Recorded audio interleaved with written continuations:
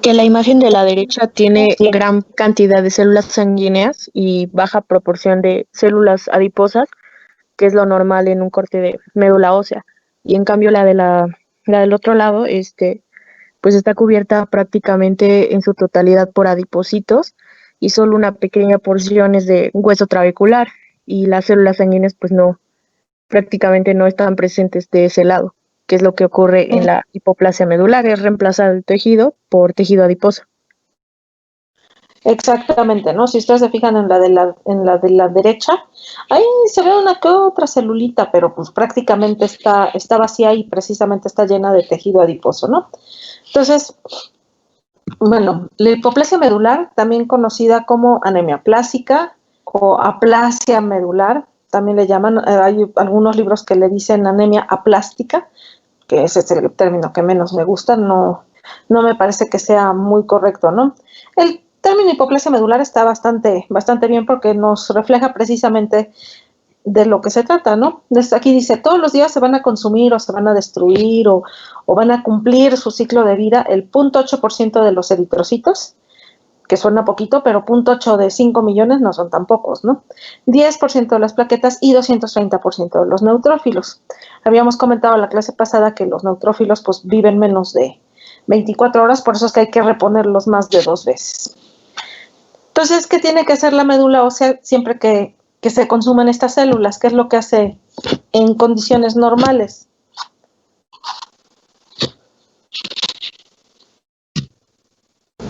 Replicarse y madurar, ¿no? Pues de producción celular normal. Exactamente, las repone, ¿no? Está produciendo la cantidad, vamos a llamar, entre comillas, normal de células, entonces las tiene que reponer. Al fracaso de la función hematopoyética le vamos a llamar insuficiencia medular, que bueno, obviamente se va a caracterizar por pancitopenia, ¿no? La insuficiencia medular puede ser cuantitativa, estamos hablando de cantidad, que es la aplasia medular o hipoplasia medular, y la cualitativa, que son los síndromes mielodisplásicos. El tema de la cualitativa lo vamos a ver más adelante, después del primer parcial, en el segundo parcial. ¿Sí? Entonces, una definición de hipoplasia medular sería la disminución absoluta o global del tejido hematopoyético en la médula ósea, es decir, insuficiencia medular cuantitativa, lo cual nos va a llevar a la consiguiente pancitopenia. Entonces, lo característico de la hipoplasia medular en sangre periférica va a ser que tenemos pancitopenia. Habíamos comentado que hay poquitos progenitores inmaduros o más bien indiferenciados o no diferenciados. ¿Sí? Dice una cantidad de 10 a la 8 progenitores es capaz de producir un total de 10 a la 12 elementos circulantes que van a tener una función especializada, ¿no? Llámese eritrocitos, plaquetas, granulocitos, ¿no? Entonces, cuando el número de células hematopoyéticas pluripotenciales disminuye por debajo de un nivel crítico, ahorita vamos a ver que es 10%, estas células van a tener mayor autorrenovación, ¿sí? Mayor autorrenovación, sacrificándola. ¿Qué otra cosa pueden hacer las células madre? Diferenciación. La diferenciación, exactamente. Entonces, ¿qué va a pasar? Que las células que estaban diferenciándose y madurando van a terminar la diferenciación y la maduración, y las células pluripotenciales, por decirlo de alguna forma, ya no lo van a reponer. Y entonces va a quedarse ahí vamos a llamarle hueco, que va a ser sustituido por tejido adiposo. Dice, al agotamiento de las células diferenciadas en el tejido de la médula, este va a ser ocupado por tejido adiposo. ¿Sí?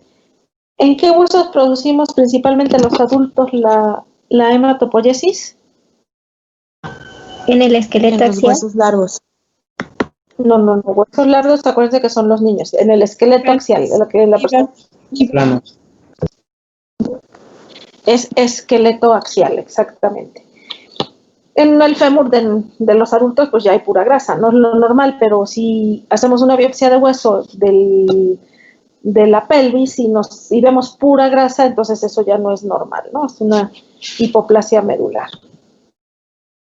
Ya habíamos repasado las características de la célula madre hematopoyética, ¿no? Que tiene la capacidad de autorrenovación, de proliferación y de diferenciación. La más primitiva, la célula madre pluripotencial no restringida, se va a caracterizar por tener el CD34, el 33 y el HLA-DR aparecen un poco más adelante. El 33, acuérdense que es el característico de la gema, ¿no? que es la siguiente pluripotencial ya restringida, o también la llaman multipotencial. Si vemos a las células comprometidas para la eritropoyesis, que sería la unidad formadora de colonias y de brotes eritroides, ¿sí? Estas van a expresar todavía DR porque están inmaduras, 33, y aparece la glucoforina A y el CD71, que es el receptor de la transferrina, ¿sí? Esto sí lo alcanzamos a ver el lunes. La unidad formadora de colonias de granulocitos y monocitos, que sería una bipotencial, también van a expresar DR cuando están muy inmaduras, el 33, el 34 y aparece el 13, que es la característica de esto. Sí, van a ser sensibles a la acción del factor estimulante de colonias de granulocitos y monocitos y el de granulocitos, y van a originar al mieloblasto y al monoblasto. Esto ya lo habíamos visto cuando hablamos de la hematopoiesis, ¿no? Cuando maduran las células, el CD34 va a desaparecer y el CD33 lo van a conservar todas las células no linfoides, es decir, todas las hijas de la gema. ¿Vamos bien? ¿O voy muy rápido?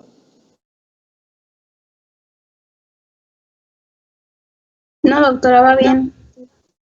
Ok, gracias. Ok, la unidad formadora de colonias de megacariocitos, además de el mencionado 34 y 33 inicialmente, va a tener el CD41 y el 42, que son las glucoproteínas. En la clase pasada dijimos que son estas glucoproteínas las que le ayudan a la plaqueta a adherirse y a agregarse. Sí, entonces el CD61 es la glucoproteína 3A solita, el 41 es el conjunto de las dos, ¿no? El 2B3A, y el 42 lo podemos dividir en A y B, que es el 9, y la glucoproteína 1B. Los megacariocitos y las plaquetas, por lo tanto, también van a tener factor de von Willebrand, trombospondina, el factor 4 plaquetario. Otros CDs, que luego vamos a hablar mucho más de esto cuando veamos las leucemias, el CD11B lo tienen los monocitos y los granulocitos, pero ya maduros, ¿sí? Y el 14 y el 15 también monocitos y granulocitos maduros. Y esto ya lo habíamos visto, cuando las células madre pluripotenciales, es decir, la CD34, disminuye por debajo del 10%, que es el nivel crítico, va a predominar la capacidad de autorreplicación, sacrificando a la diferenciación. Esto va a hacer que eventualmente las células comprometidas, todo el compartimento que vimos de diferenciación y madurativo, van a desaparecer o van a terminar y van a salir a la circulación. Una vez que estas células vayan muriendo, por decirlo de alguna forma, vamos a tener la consiguiente pancitopenia. Sí, ahorita vamos a ver quién mata a la célula madre, ¿no? Decíamos, la incidencia en países, en realidad aquí en la hipoplasia medular no hay predominio de sexo, no hay predominio de edad, y bueno, es muy variada, ¿no? Del 2 al 13% por millón de habitantes en los países anglosajones, aquí en México 18.7 por millón de habitantes, en China 13, en España muy baja, 2.2, ¿sí? Ahorita vamos a ver que finalmente la hipoplasia medular, la que llamamos idiopática, en realidad es autoinmune, ¿sí? Vamos a dividir a la hipoplasia medular en dos, en la primaria o idiopática y en la secundaria. Más del 50% es más, digo, esto es un poco optimista, más del 50% de la hipoplasia medular va a ser idiopática. En pocas ocasiones podemos identificar el agente causal. Vamos a ver que hay varios tipos de agentes causales, ¿no? Los dependientes de dosis, que son las radiaciones ionizantes, los antineoplásicos, ahorita vamos a hablar más de esto, el benceno, el etanol, y tenemos, entre otros, infecciones, por ejemplo, autoanticuerpos como en el timoma, ¿no? Ahorita nos vamos a ir viendo. Aquí está, ¿no? La primaria o idiopática, más del 50%, la secundaria a agentes físicos, que es el número 2, serían los agentes que causan daño medular dependiendo de dosis. Si te expones a muchas radiaciones ionizantes, ya vimos que se destruyen los precursores, ¿no? Igual la quimioterapia, el benceno. Agentes que causan daño medular por idiosincrasia. ¿Qué dijimos que era idiosincrasia? ¿Qué es Una mala idiosincrasia? reacción del individuo. Una mala reacción del individuo. Exactamente, es algo que es propio del individuo, no sucede, por ejemplo, no siempre que le damos cloranfenicol a una persona, hasta oftálmicos se han reportado casos, va a desarrollar hipoplasia medular, ¿no? Es una respuesta propia de él, ¿no? En los que tenemos más frecuentemente relacionados a daño medular por idiosincrasia es el cloranfenicol, las sales de oro, los inhibidores de la anhidrasa carbónica. ¿Sí? Infecciones, ya vimos, citomegalovirus, Epstein-Barr, VIH, hepatitis, trastornos metabólicos, bueno, aquí entra más que metabólicos, son inmunes, ¿no? El timoma, en infecciosos también se me olvidó mencionar el parvovirus B19. Y bueno, el 5 y el 6. El 5 y el 6 solamente van a producir anemia, no pancitopenia, ¿no? La anemia de la insuficiencia renal. ¿Por qué los pacientes con insuficiencia renal tienen anemia? Por deficiencia de Por la falla en eritropoyetina. la síntesis de eritropoyetina. Exactamente, no hay eritropoyetina. Acuérdense qué le pasa a esta. Voy a regresar. ¿Qué le pasa a la unidad formadora de colonias y de brotes cuando no hay eritropoyetina? ¿Qué hace? ¿Qué le sucede? Esto lo vimos con la clase de introducción al estudio de las anemias. ¿Qué Apoptosis. pasa? Hace apoptosis, ¿no? Les decía yo, la unidad formadora de colonias eritroides dice, no, yo sin la eritropoyetina no puedo vivir y se suicida, ¿no? Hace apoptosis. Entonces, esa sería la anemia de la insuficiencia renal. La aplasia pura de serie roja, también conocida como eritroblastopenia, está la hereditaria y la adquirida. También ahorita vamos a ir viendo a grandes rasgos, ¿sí? Empezamos con los agentes físicos dependientes de dosis, ¿no? Y en primerísimo lugar tenemos a las radiaciones ionizantes. ¿En qué situaciones nos exponemos a radiaciones ionizantes?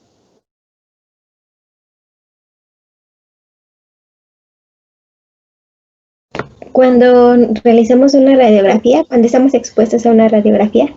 Radiografía, ¿sí? ¿Qué otras situaciones? A dosis. Una tomografía. La tomografía o que si te dan radioterapia, por eso los médicos los radioterapeutas siempre dicen, es que ya recibió radioterapia, ya no le podemos dar 2 veces, ¿no? Porque finalmente afecta a los progenitores. Igual por eso a los mismos trabajadores de rayos X, de radioterapia, todo eso les dan más vacaciones, decíamos, ¿no? Porque se exponen a radiación y no pueden, tienen ahí su dosímetro para ver a cuánta dosis se han expuesto.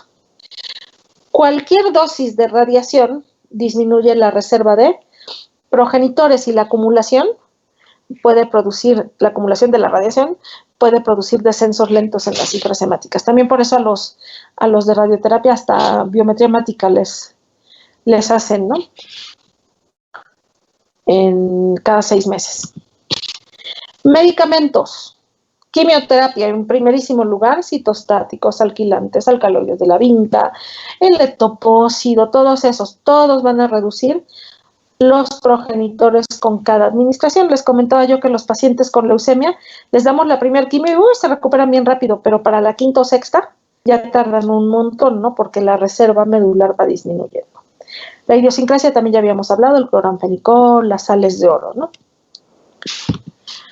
Benzol, esta es la relación causal más convincente, es decir, muchos trabajadores de industrias de pinturas, de barnices, le ganaron pleito a sus empresas y se considera un riesgo de trabajo, ¿no?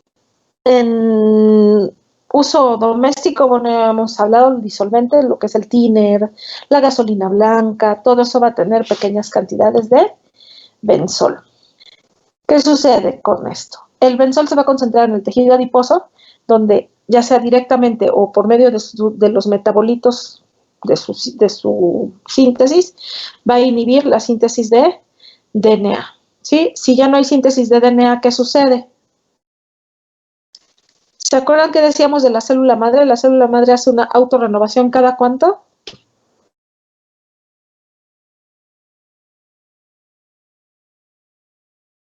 ¿Se acuerdan que lo vimos?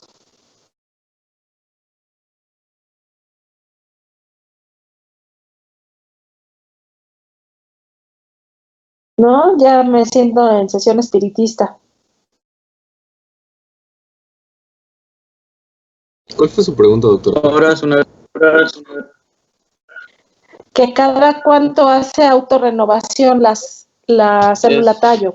es 65 horas una vez al mes, ¿no? 65, muy bien, 65 horas una vez al mes. Y si la síntesis de DNA está detenida, ¿qué va a pasar? Vamos a decir que ese mes ya no lo hizo, ¿no? Ya no hizo autorrenovación. Entonces, la cantidad de células progenitoras va a ir disminuyendo poco a poco hasta que llega al nivel crítico que habíamos comentado. Sí, entonces, los trabajadores que se exponen de 3 a 4% de concentración de benzol superiores a 300 partes por millón van a sufrir de hipoplasia medular. Otros hidrocarburos aromáticos que también se han relacionado con esto es el gileno y el tolueno y los insecticidas. Todos hemos utilizado insecticidas, ¿no? Más si tienes miedo de matar cucarachas como yo, pues les echas el spray, ¿no? Para que se mueran. Entonces, lo mejor es no exponerse a ninguna de estos productos. ¿Dudas de los dependientes de dosis?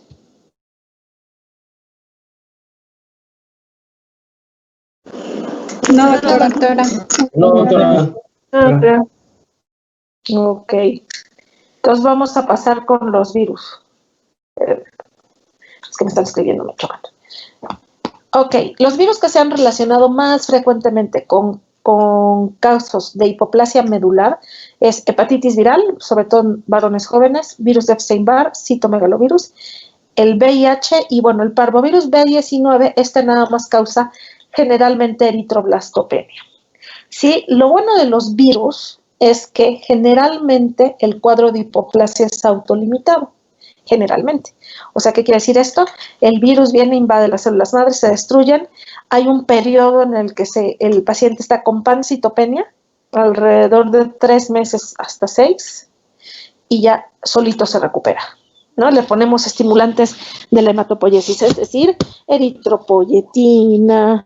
Si tenemos 16,000 pesos al mes, le podemos poner los estimulantes de las plaquetas, que son los análogos de la trombopoyetina.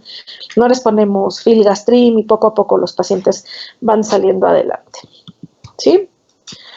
Los trastornos inmunológicos, hablamos de él asociado a timoma. ¿Qué es un timoma? ¿A qué le suena? Timoma. Un tumor del A timo. una neoplasia del Timo. Un tumor del timo, exactamente. Es un tumor generalmente benigno, ¿sí? Generalmente se soluciona bastante bien, ya sea con radioterapia o con cirugía. Y bueno, el problema aquí es que hace linfocitos T reactivos, bueno, autorreactivos contra los eritroblastos. Por eso es que hacen una eritroblastopenia, ¿sí? Hipogamaglobulinemia es otro ejemplo. Fascitis eosinofílica, el 10% van a desarrollar hipoplasia medular. Entonces, el Grupo Internacional para el Estudio de la Anemia Plástica y la agranulocitosis, vamos aclarando términos. ¿A qué le suena agranulocitosis? La deficiencia de granulocitos. Más, bueno, sí, deficiencia no, más bien sería ausencia, ¿sí? Así como la aplasia pura de serie roja es solamente anemia, en la agranulocitosis lo único que van a tener es principalmente neutropenia. Hay medicamentos que causan agranulocitosis, ¿no? Entonces, es un término o no lo vamos a ver como tema, pero sí es bastante frecuente, ¿no? Se admite como causa, ya sea de la anemia plástica o la granulocitosis, con el contacto con sustancias químicas como el benzol, la radiación, lo que habíamos comentado, que ocurre por un periodo de 29 días, en un periodo de 180 días previos a la admisión del enfermo. Entonces, ¿qué tendrían que preguntarle a un paciente que llega con un cuadro de hipoplasia medular? ¿A qué se dedica? ¿A qué se dedica? Y si le dice, trabajo en una fábrica de pinturas, ¿cuál es la siguiente pregunta? ¿El tiempo? Exactamente, ¿desde cuándo? Y te dice, no, pues ya tiene 6 meses. Entonces ya le podemos echar la culpa, ¿no? A la exposición al benzol, sobre todo. El benzol, al dañar el DNA, no solamente produce anemia plástica, también activa oncogenes y puede producir leucemia, por ejemplo. Igual las radiaciones pueden causar neoplasias. ¿Me preguntaron algo? ¿No? Yo, doctora, tengo una duda. ¿Qué pasó? ¿Cuánto tiempo tiene que, más o menos, esta exposición de benzol para ya considerar que fue por ella? Aquí lo dice, por lo menos 29 días en un periodo de 180 días previo a la admisión del enfermo. Gracias, doctora. De nada. Ok, entonces, fíjense, todos hemos tomado un diclofenaco, ¿no? ¿O alguien aquí no ha tomado un diclofenaco nunca en su vida? Hubo una clase que sí tuve que un muchacho dijo, no, yo nunca he tomado un diclofenaco. Yo dije, órale, ¿no? Pero diclofenaco, indometacina, ¿nunca? Cantaba. ¿Cómo va a ser posible? No, pues, nada. Naproxeno, Tampoco. santo Dios, entonces no, nunca te ha dolido nada lo suficiente, creo. Entonces, los analgésicos, los AINES, también se han relacionado con hipoplasia medular, sigue siendo idiosincrasia, ¿no? Indometacina, diclofenaco. Las sales de oro, ahí sí, esas sí las quitaron del tratamiento de la artritis reumatoide, porque el 5% producían citopenias y el 1% producían hipoplasia medular. Y un cuadro de hipoplasia medular es bastante grave, ¿no? Ahorita vamos a ver. Entonces, ¿se acuerdan que decíamos que en más del 50% de los casos no encontramos la causa? Es decir, ¿trabaja usted? No, pues trabajo en una oficina. No, pues no es exposición, no se ha expuesto a radiación, no ha tenido infecciones, no es un niño, ahorita vamos a ver las constitucionales o hereditarias. Entonces, si no encuentro la causa, entonces queda como idiopática, y la idiopática es en realidad autoinmune. ¿Y qué fue cómo lo descubrieron? Agarraron cultivos, ya les habíamos comentado, ¿no? Todo lo que sabemos de la hematopoiesis se hacen cultivos de células de cordón. Entonces montaban los cultivos y agarraban pacientes con anemia plástica, aislaban determinadas células inmunes, monocitos, los linfocitos B, linfocitos T, todos los iban aislando y los iban poniendo en los cultivos. Entonces, ¿qué pasó cuando pusieron linfocitos T inmunoreguladores? Se dieron cuenta que el cultivo se moría. Entonces, ¿quiénes son los malos del cuento de la hipoplasia medular? Bueno, los linfocitos T. Y si hay alteraciones en los linfocitos T inmunoreguladores con capacidad para reconocer a las células progenitoras. Entonces, estos linfocitos T van a ser activados y van a producir interferón gamma y factor de necrosis tumoral. Esas dos citocinas, ¿cómo se comportan en la hematopoiesis? ¿Qué le hacen a la hematopoiesis?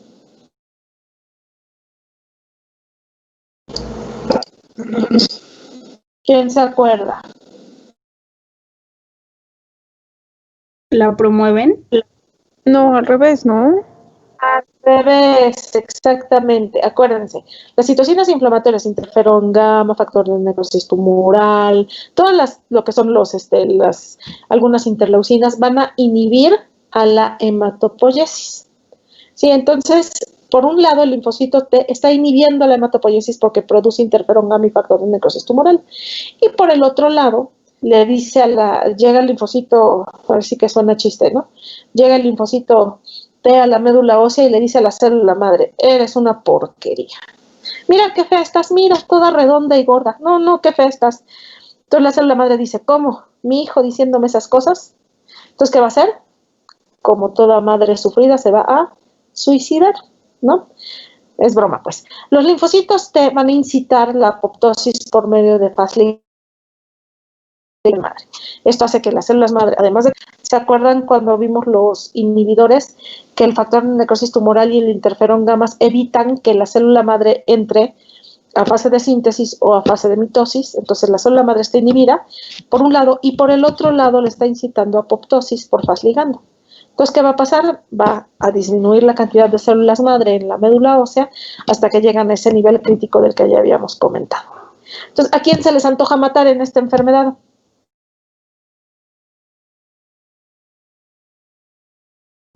Los linfocitos. Las citocinas. A los linfocitos T. A las citocinas, bueno, si matas al que las produce, pues ya con eso, ¿no? Entonces, vamos a ver que el tratamiento de la anemia aplásica o hipoplasia medular idiopática es inmunosupresores, ¿no? Sobre todo aquellos que van a interferir con la inmunidad mediada por linfocitos T. ¿Sí? ¿Dudas hasta aquí? No, doctora. ¿No? ¿Todo bien? Sí, doctora. Ok, bueno, las infecciones en realidad van a ser mielosupresoras, ¿no? Como les había comentado, generalmente son transitorias y autolimitadas, ¿sí? En infecciones agudas, en infecciones crónicas, porque acuérdense que citomegalovirus, Epstein-Barr, obviamente el VIH son infecciones crónicas, entonces puede que se prolongue el cuadro, ¿no? ¿Qué sucede? Va a haber mielosupresión y va a haber acortamiento de la supervivencia de los eritrocitos, como les comentaba en infecciones crónicas. Dice aquí que es hepatitis B, no A, no B, no C, ¿no? Todas las hepatitis pueden producir un cuadro de hipoplasia medular. Y el parvovirus B19, que ya habíamos comentado que es, le dicen la quinta enfermedad, la de la cachetada, ¿no? Porque produce un eritema en las mejillas, ¿no? Este va a producir eritroblastopenia adquirida. ¿Qué pasa con el parvovirus B19? Va a infectar a las células que se replican más rápidamente. ¿Cuál es la célula que tenemos más abundante en la sangre?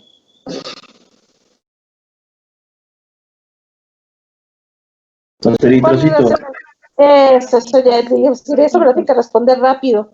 Los eritrocitos, entonces, en realidad los que se replican más rápidamente es la serie eritroide, por lo tanto el parvovirus B19 va a tener predilección por los eritrocitos, ¿sí? Va a causar depresión de la médula ósea en 7 días y, bueno, si el paciente además tiene algún padecimiento hemolítico, aquí sí va a producir una crisis hipoplásica, es decir, una aplasia de hipoplasia, no nada más solo aplasia de serie roja. ¿Sí? Y aquí viene la parte más divertida de la clase, las anemias aplásicas hereditarias o constitucionales. ¿Sí? Son todas estas. Las que están en azul clarito, anemia Fanconi, síndrome de Stern-Darmstadt, ¿sí? Discratosis congénita, Schwarzman-Diamond, Bloom, todas esas van a producir anemia aplásica o hipoplasia medular, es decir, pancitopenia. Tenemos dos que son solamente trombocitopenia, que es la amegacariocítica y el síndrome de trombocitopenia con ausencia de radio, es decir, los bebés nacen con alteraciones óseas y les falta el radio en el antebrazo. ¿Sí? Y bueno, la eritroblastopenia congénita de Black-Van-Diamond, lo dice en el nombre, solamente es aplasia de serie roja. Ahorita las vamos a ver una por una con mucho detalle. No es cierto. Vamos a ver las más frecuentes. Entonces, la anemia aplásica de Fanconi. Esta es la más frecuente de todas. Obviamente, todas estas, ¿en quiénes las vamos a diagnosticar más frecuentemente? Bebés, ¿no? Bueno, bebés, ya tengo Exactamente, en niños. Es muy raro que encontremos, por ejemplo, una anemia de Fanconi en un adulto, a menos que sea un mosaico, ¿no? O que la enfermedad no esté tan penetrada.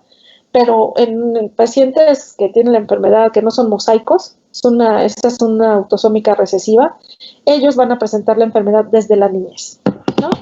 Entonces, ese es un punto importante. Dice, el 20 al 30% de las hipoplasias medulares en la infancia son de origen hereditario. Entonces, si llega un niño con un cuadro de hipoplasia medular, forzosamente tenemos que descartar que sea una anemia aplásica de Fanconi, porque obviamente el tratamiento es distinto, ¿no?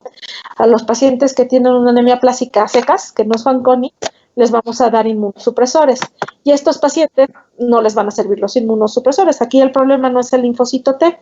Aquí el problema es que las células, todas las de todo el cuerpo de ese paciente, tienen dificultad para la síntesis de ADN y no pueden hacer las reparaciones, es decir, la P53 está dañada, no repara el DNA. Entonces, estos niños, además de tener hipoplasia medular, van a tener otras malformaciones. La enfermedad es autosómica recesiva y el diagnóstico lo vamos a hacer solicitando un cariotipo con inducción de inestabilidad cromosómica, que es con mitomicina. Hagan de cuenta que ponen a crecer las células, ya que está en la fase la metafase donde se ven los cromosomas, les ponen la mitomicina. Si se rompen los cromosomas, esto quiere decir que hay problemas para la reparación y es con lo que diagnosticamos la anemia de Fanconi. Como decía, esto no nada más es en las células de la médula ósea, sino en todas las células, va a ser hipoplasia medular con múltiples anormalidades congénitas.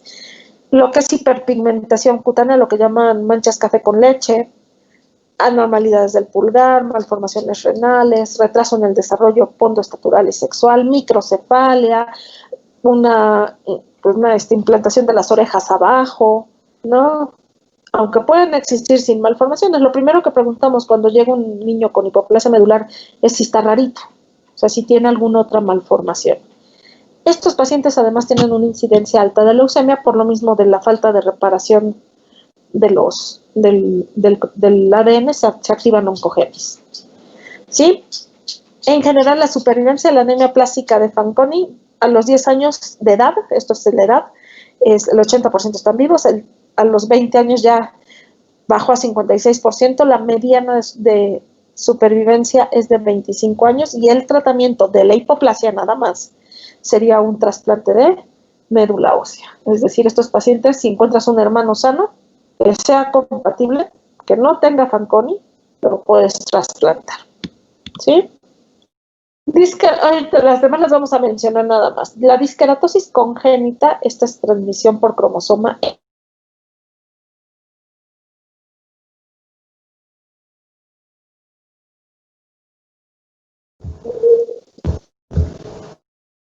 Todas las enfermedades. ¿Sí me escuchan? Es que hizo raro mi. Se cortó. La dejamos escuchar, pero Ya, ahorita ya Yo me la dejé de escuchan, escuchar. pero ahorita me Ya, escuchan. doctora. Sí, les digo que hizo mi computadora como que se fue y regresó. sí, pero ya la escuchamos. Ah, ok, perfecto. Les preguntaba yo que las enfermedades que se transmiten por el cromosoma X, ¿quiénes las sufren? Los hombres nada más. Los hombres, ¿no? ¿Y por qué nosotras no? Porque las mujeres tenemos doble cromosoma X. Exactamente. Entonces, una de nuestras X nos saca el hoyo. Los hombres solo tienen una. Si esa X está dañada, pues ya no hay forma de rescatar, ¿no? Con la otra X. Aquí en los pacientes que tienen disqueratosis congénita, se le llama disqueratosis congénita porque va a haber muchas alteraciones en la piel. Ahí dice pigmentación reticulada de la piel, onicodistrofia, manchas o placas blancas, leucoplasia de la mucosa oral y genital, ¿no? El 30 al 50% van a desarrollar hipoplasia medular y bueno, aquí va a haber un defecto básico para la capacidad de la replicación de las células, por eso es que desarrollan hipoplasia medular. El síndrome de Bloom muy parecido a Fanconi, nada más que es propia de los judíos askenazí, entonces como los judíos son los hijos predilectos de Dios, entonces nada más tienen su propio nombre, ¿no? Entonces, esta sigue siendo herencia autosómica recesiva. Aquí lo que sucede es que el DNA tarda tanto tiempo en replicarse que se empiezan a hacer como que uniones o intercambios entre las cromátidas que van a ser simétricas y cuadrirradiales. Y esto va a hacer que el DNA sea inestable y se rompa, ¿no? Se caiga. Entonces, por eso las células de estos pacientes no pueden replicarse normalmente. ¿Sí? El síndrome linfoproliferativo asociado al cromosoma X nuevamente la sufren los hombres. Aquí esta es una de las más raras. La célula afectada aquí van a ser los linfocitos B. Va a haber una alteración en la producción de gamaglobulinas y bueno, se pueden convertir a a leucemias o linfomas, ¿no? Se dice que se requiere la participación del virus de Epstein-Barr para que les exprese la normalidad, y le llaman síndrome linfoproliferativo precisamente porque se convierte a leucemia, sí, a linfomas. La eritroblastopenia de Black Van Diamond, ¿sí? ¿A qué les suena eritroblastopenia? Deficiencia de eritroblastos. Exactamente, aquí no va a haber, le hacemos una medulosa al paciente y no vemos eritroblastos.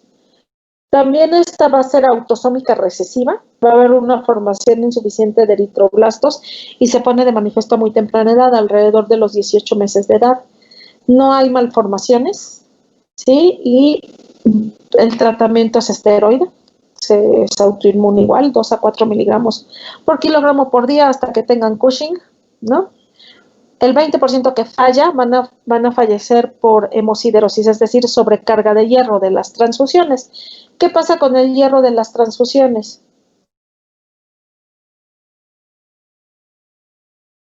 Por ejemplo, a mí me ponen una bolsita de 300 mililitros de eritrocitos. ¿Qué va a pasar con esos eritrocitos eventualmente? Van a fallecer. Se van a morir a los 120 días, ¿no? Van a morirse después de 100, no menos de 120 días, porque acuérdense que una transfusión trae eritrocitos de todas las edades, ¿no? Una transfusión no dura más de mes y medio, 2 meses. ¿Qué va a pasar con el hierro de esos eritrocitos? Se va a quedar acumulado. Se va a guardar. Entonces imagínense estos pacientes que llegan con 3, 4 de hemoglobina y los transfundimos. Y al mes y medio o al mes, o a veces hasta menos, les tenemos que volver a transfundir, ¿no? Porque no están produciendo eritroblastos. Eventualmente los vamos a sobrecargar de hierro, hemosiderosis transfusional, y generalmente eso es lo que hace que fallezcan, más que la eritroblastopenia. ¿Dudas hasta aquí?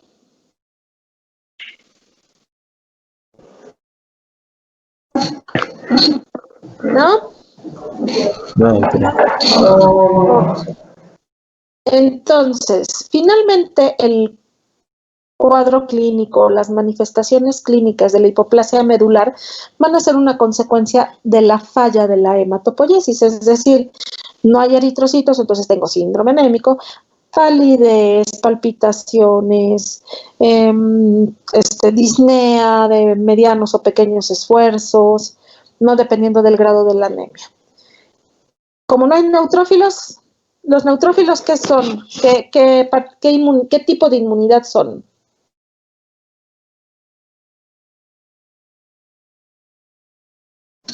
Innata. Innata. Innata. Innata, ¿no? ¿Contra qué nos defienden generalmente? Infecciones. Contra parásitos. Infecciones bacterianas principalmente. Bacterianas principalmente.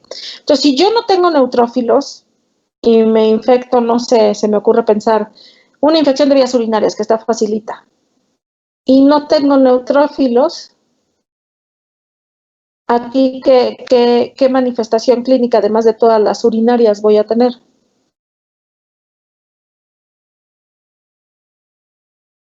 ¿Voy a poder hacer piuria?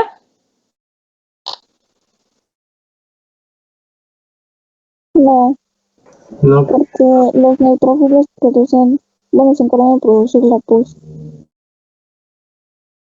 No va a haber pus, exactamente. Entonces, en realidad, acuérdense, en los pacientes neutropénicos, el principal dato de infección va a ser fiebre. Solamente fiebre. Si un paciente con neutropenia les hace fiebre, córranle antibiótico rápido, ¿no? Porque se infectan muy fácilmente. Y luego dice síndrome hemorrágico cutáneo, acuérdense, bueno, no acuérdense porque esto no se los había dicho, pero los pacientes que tienen trombocitopenia, el patrón de sangrado va a ser mucocutáneo. ¿Qué quiere decir? Petequias, equimosis, gingivorragia, epistaxis en las mujeres, sangrado transvaginal, es decir, los pacientes que tienen problemas o, bueno, sí que sangran por las plaquetas, ya sea falta de ella o que no sirvan, van a tener una hemorragia mucocutánea. Ya la fiebre ya la había mencionado. Ojo, si el paciente tiene pancitopenia y además tiene adenopatías y esplenomegalia, esto pone en riesgo el diagnóstico de hipoplasia medular. ¿Por qué?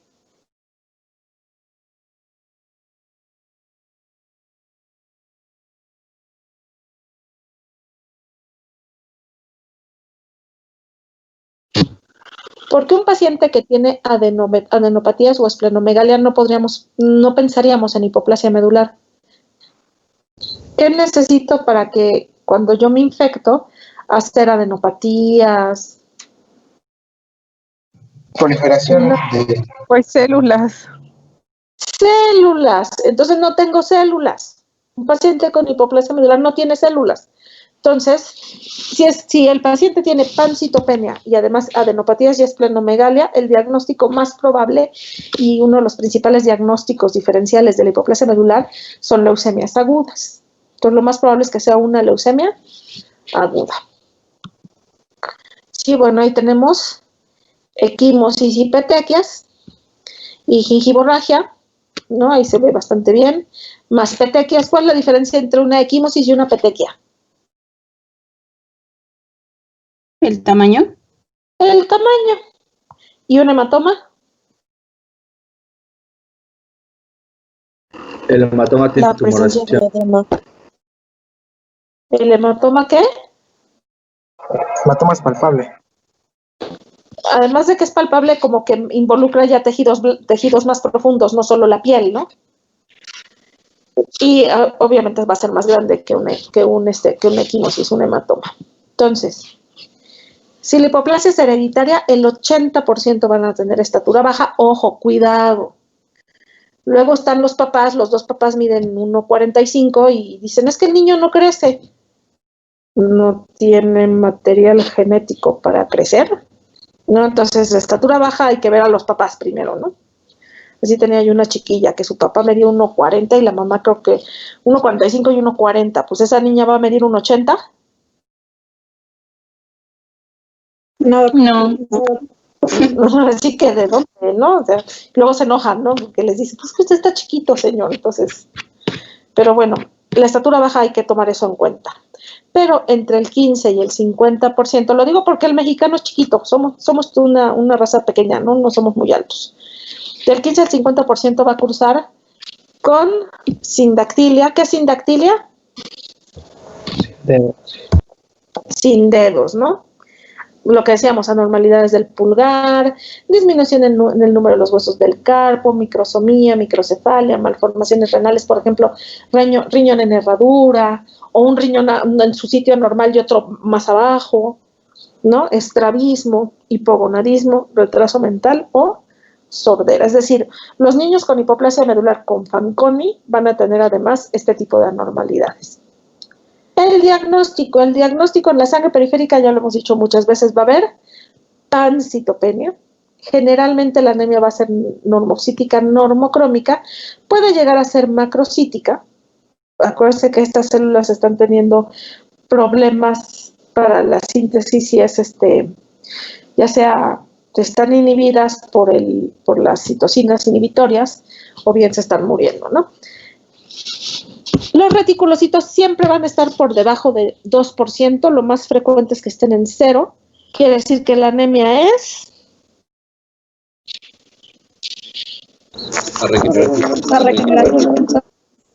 regenerativa, muy bien. Neutropenia, aquí dice con linfocitosis relativa. ¿Qué significa ese término? Linfocitosis relativa. Aquí solo en el porcentaje está disminuido. Solamente aumentado, exactamente. Solamente es el porcentaje,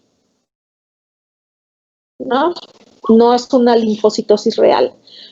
La trombocitopenia, lo más frecuente es que sea grave, menos de 30,000 plaquetas en el 75% de los pacientes, lo cual quiere decir que aquí los sangrados espontáneos ya empiezan a aparecer, ¿no?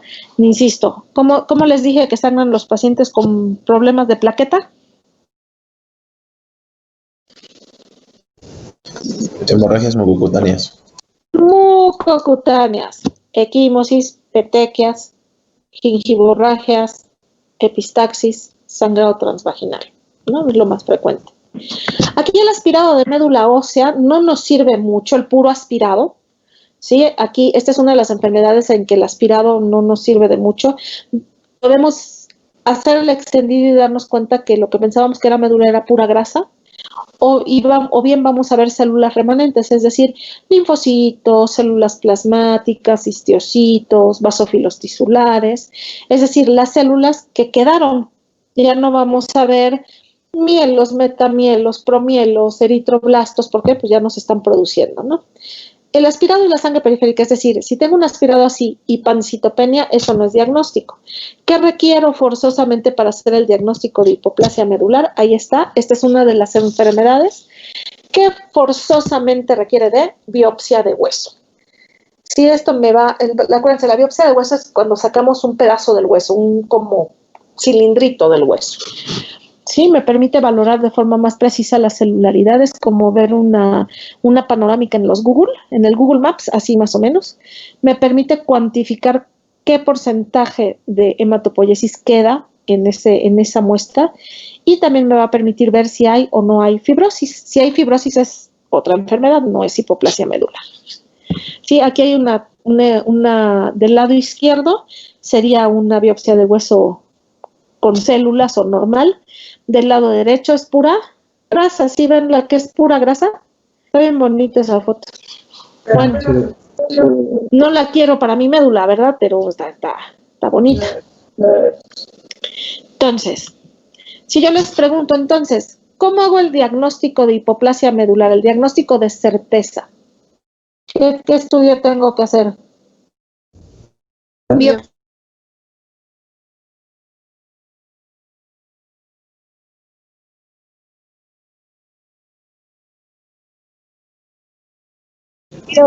de hueso, a fuercitas, de medicina nuclear, usando hierro marcado, un isótopo de hierro, y te permite ver el aclaramiento, incorporación reducida. El problema de este estudio es que lleva mucho tiempo para su interpretación, por lo tanto no lo usamos. Otro es la resonancia magnética. ¿De qué huesos pedirían la resonancia magnética en un adulto? Huesos planos. El cráneo. Pero para ver la hematopoiesis más general, Pelvis. La La pelvis. exactamente, columna vertebral y pelvis. Aquí vamos a ver el tejido hematopoyético. Cuando se sustituye por grasa, va a haber un acortamiento de la fase T1. Tampoco casi se utiliza. La verdad es que siempre hacemos la biopsia de hueso. Sí, estás viendo la médula. Diagnóstico diferencial. El diagnóstico diferencial dice causas de pancitopenia. En primer lugar tenemos la aplasia medular, que sería insuficiencia medular cuantitativa, síndromes mielodisplásicos, que es insuficiencia medular cualitativa. Si la médula ósea se sustituye o hay sustitución de la hematopoiesis, es decir, que se infiltra la médula ósea ya sea por neoplasias hematológicas, ahí tenemos varias, leucemia aguda, linfocítica crónica, tricoleucemia, linfoma, mieloma, bla, bla, bla. O proliferaciones no hematológicas, cuando hay carcinosis diseminada, es decir, metástasis a la médula ósea, lo que ya les dije que se llama mieloptisis. Vamos a ver varias de estas. HPN es hemoglobinuria paroxística nocturna, la vamos a ver con las hemolíticas. Anemia megaloblástica. La anemia megaloblástica puede producir pancitopenia, ¿cierto o falso?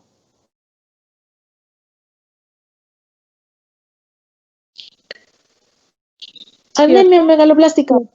¿Cierto? Cierto, no me lo digan como pregunta, me lo dicen como afirmándolo. Cierto, exactamente. La anemia megaloblástica puede dar pancitopenia. ¿Qué pasa si la tuberculosis se mete a la médula ósea? ¿Habrá lugar para hacer hematopoiesis? No, ¿verdad? Cualquier cosa que invada la médula ósea va a tirar la hematopoiesis. Esplenomegalia congestiva. ¿Qué pasa si ya no tenemos vaso, tenemos jarra o garrafón? O sea, me refiero a que el vaso aumente de tamaño. ¿Qué función tiene nuestro vaso normalmente? Sí, procesar Además, los ciclos, ¿no? Viejos. A ver otra vez porque se oyó feo.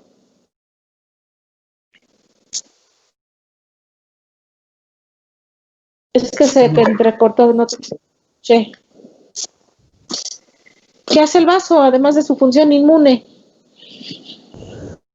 Es el cementerio de Reducen los eritrocitos que se van a desechar.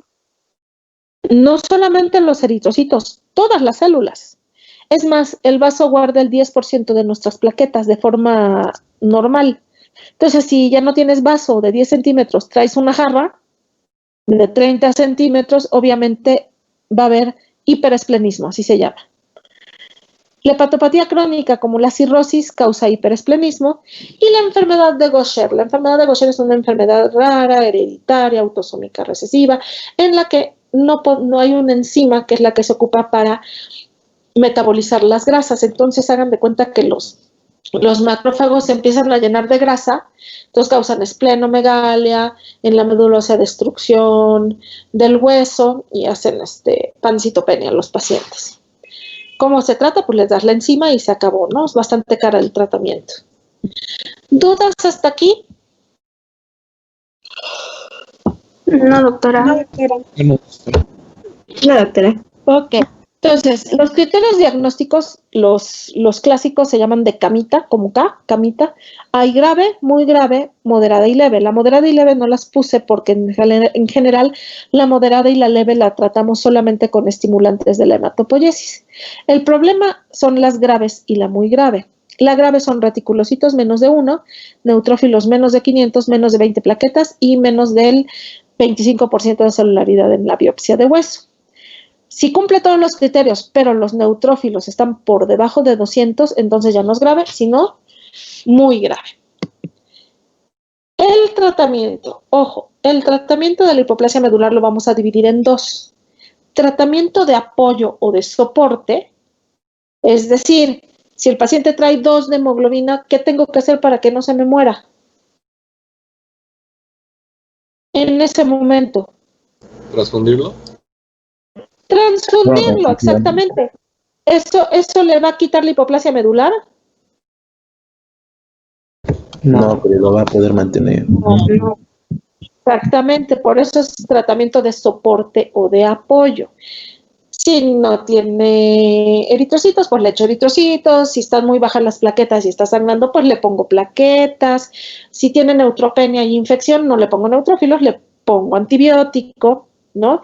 Evito exposición a agentes tóxicos y voy a estimular la función o la médula ósea residual, ¿no? Para batir la supresión. Todo eso es tratamiento de apoyo, transfusión, concentrados plaquetarios, concentrados eritrocitarios. Si tiene neutropenia febril, antimicrobianos con factores estimulantes de colonias. Si tiene trombocitopenia grave, por favor no les pongan medicamentos IM, ¿por qué no? Trae 20,000 plaquetas. O bueno, pónganle 10,000. ¿Le van a inyectar la pompa? No, porque no va a ¿Qué poder. pasa si le inyecto la pompa? Le genera un hematoma. Bueno, un señor hematoma. Una vez me tocó un paciente con anemia plástica que tuvo fiebre y se les hizo fácil a la familia ponerles un metamisol. Traía el hematoma hasta la rodilla de lo que sangró, ¿no? Y luego, por favor, si tiene trombocitopenia grave, no le den aspirina, ¿no? ¿Qué pasa si le doy aspirina? Pues empeoras.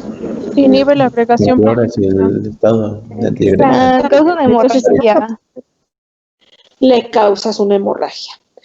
El ácido epsilon aminocaproico es un fibrinolítico que se puede utilizar cuando están los pacientes sangrando para evitar la fibrinólisis. Entonces, en la hipoplasia medular leve y moderada voy a dar androgénicos.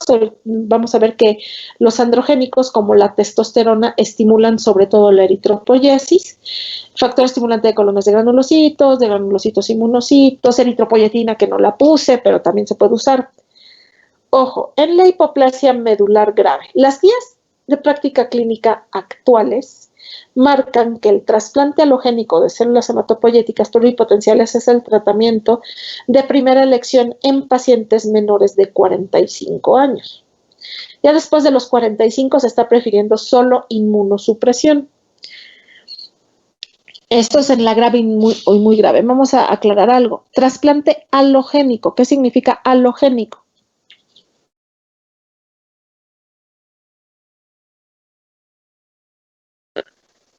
trasplante halogénico. Bueno, vamos a aclarar. El trasplante puede ser autólogo, halogénico, haploidéntico o singénico. ¿A qué me refiero con todos esos? Halogénico y autólogo. Halogénicos que son de una misma especie. Halogénico es individuos ¿Se refiere de la al tipo misma de especie. células, doctora?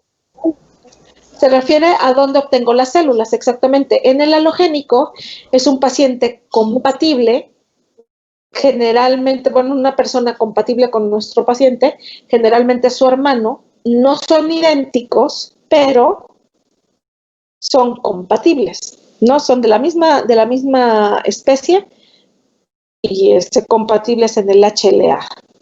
El autólogo, ¿de dónde obtuve las células?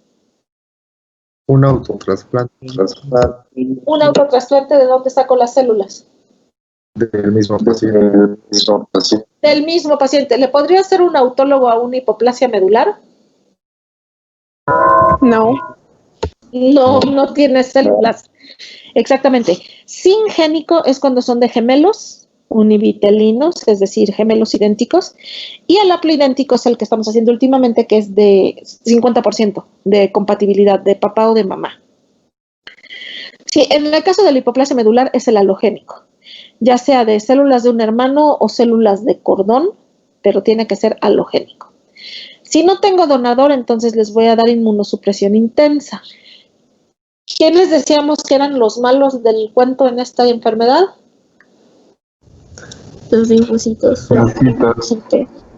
Los linfocitos T. Entonces hay globulina antilinfocito T o timoglobulina también le llaman. Hagan de cuenta que agarran, hay de caballo y hay de conejo. La de conejo es más, vamos a llamar, más intensa, más potente, ¿no? Entonces, agarran a los conejos y a los caballos, les ponen linfocitos T humanos, el conejo y el caballo obviamente va a ser anticuerpos contra esos linfocitos T, sacan y purifican, vamos a decir, la globulina antilinfocito y eso es lo que le ponemos a los pacientes para que los linfocitos T de ese paciente se mueran. Esto lo voy a unir con ciclosporina A, también influye en la replicación de los linfocitos T, o con micofenolato, con tacrolimus, sirolimus, todos esos inmunosupresores. Sí, el 80% de respuestas, uniendo las dos, solamente ciclosporina o separados pues 50-60%. Siempre acabo con esta es la última, decimos la hipoplasia medular no es cáncer, estamos de acuerdo, es una enfermedad entre comillas benigna, ¿sí? Pero hablando de los graves y los muy graves, el 25% de los pacientes van a tener un curso rápido y fatal con una supervivencia media de 4 meses. ¿Qué quiere decir esto? Llega un paciente con hipoplasia medular, estudia a sus hermanos, encuentra un compatible, no importa quién esté en la lista de espera, se lo saltan porque es una urgencia. Si no lo trasplanto, en 4 meses se va a morir. ¿Sí? El 50% mueren dentro del primer año después del diagnóstico, solamente el 10% tienen un curso más o menos benigno y solamente en la hipoplasia medular grave y muy grave, el 20% de los enfermos van a sobrevivir más de 1 año. ¿De qué creen que se mueran estos pacientes? Infecciones. De infecciones, exactamente, porque la anemia, bueno, pues le pongo eritrocitos, en la hemorragia, pues le pongo plaquetas cada semana, ¿no? Le pongo pues, trombopoyetina, le pongo eritropoyetina, filgastrim. Contra lo que no puedo es contra las infecciones, ¿no? Eso sí le causa la muerte al paciente. ¿Dudas o preguntas?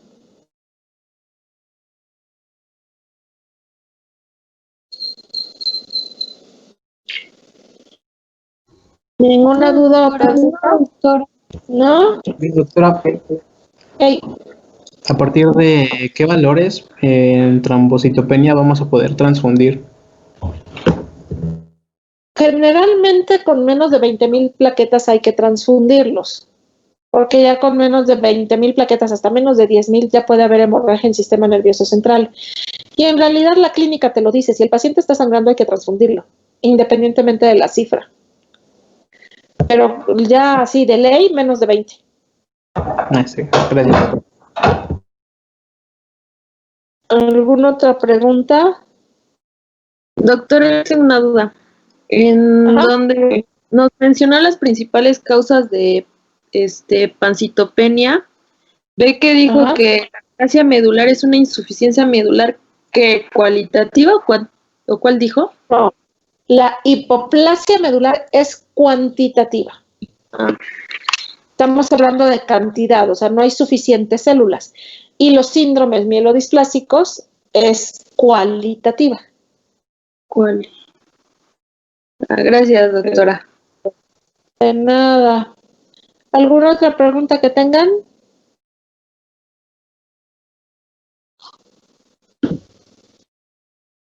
¿No? Bueno, entonces nos vemos el... ¿Qué pasó?